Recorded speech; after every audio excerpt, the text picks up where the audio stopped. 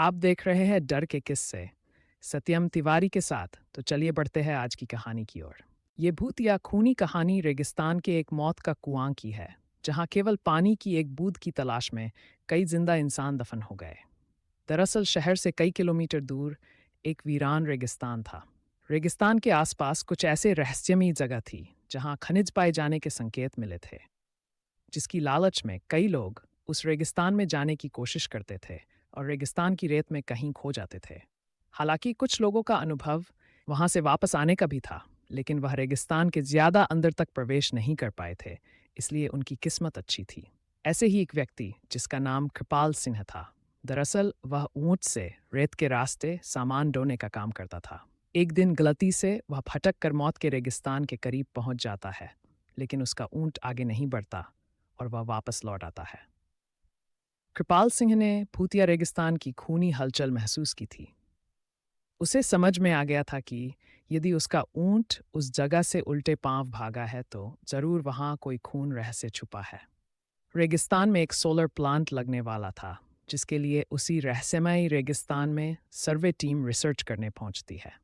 Research team को पता लगाना है कि रेगिस्तान के किस हिस्से में सबसे ज्यादा तेज सूरज की रोशनी आती है, क्योंकि उसी की किरणों की मदद से विद्युत उत्पादन किया जा सकता था।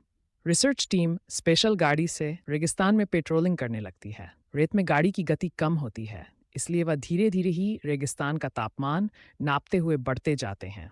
लेकिन अचानक वह उसी मौत के कुएं के करीब पहुंच जाते हैं, जहां से कोई वापस नहीं आ सका। गाड़ी मौत के कुएं की रेत से फिसलने लगती है। गाड़ी का ड्राइवर ब्रेक लगाकर उसे रोकने की कोशिश करता है, लेकिन कुएं की ढलान की वजह से वह संतुलन खो देता है और गाड़ी मौत के कुएं में समा जाती है और हजारों टन रेत गाड़ी को दबा देती है। यहाँ कंपनियों को सूचना मिलती है कि उनकी गाड़ी का कोई पता नहीं चल रहा है। कंपनी के अधिकारी सैटेलाइट पिक्चर मंगवाते हैं ताकि उन्हें ट्रैक किया जा सके, लेकिन ताज्जुब की बात है कि एक वक्त के बाद सैटेलाइट पिक्चर में भी उनकी गाड़ी नजर नहीं आती। रेगिस्तान का रहस्य खुलने की बजाय उलझता जा रहा था। कंपनी के बहुत से पैसे उस प्रोजेक्ट में लगे थे, इसलिए उन्हें किसी भी हालत में सर्वे पूरा करना ही था। कंपनी के अधिकारियों को पता चलता है कि कृपाल सिंह नाम का एक व्यक्ति उस सैटेलाइट पॉइंट से आगे तक जा चुका है, जिसके सबूत वीडियो में हैं।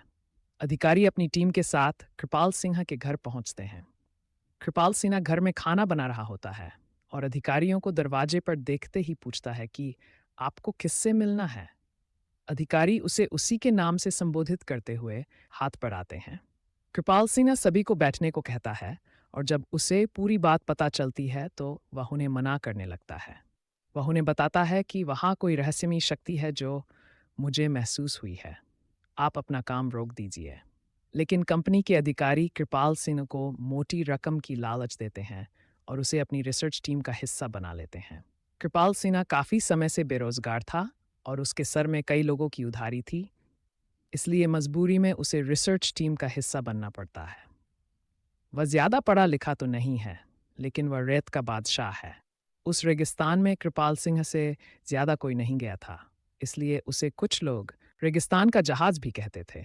दोबारा से रिसर्च टीम उसी दिशा में गाड़ी को आगे बढ़ाती है, लेकिन कृपाल सिन्हा गाड़ी के आगे आगे ऊंट से चलता है। उसे पूरा यकीन है कि खतरा समझ में आते ही उसका ऊंट उसे आगाह कर देगा। इस बार कृपाल सिन्हा काफी आगे तक बढ़ता जाता है, लेकिन ऊंट कोई प्रतिक्रिया नहीं देता। कृपाल सिन्हा को संदेह होने लगता है कि कहीं ऐसा तो नहीं कि इस बार ऊंट को पता ही नहीं चल रहा हो कि आगे खतरा है।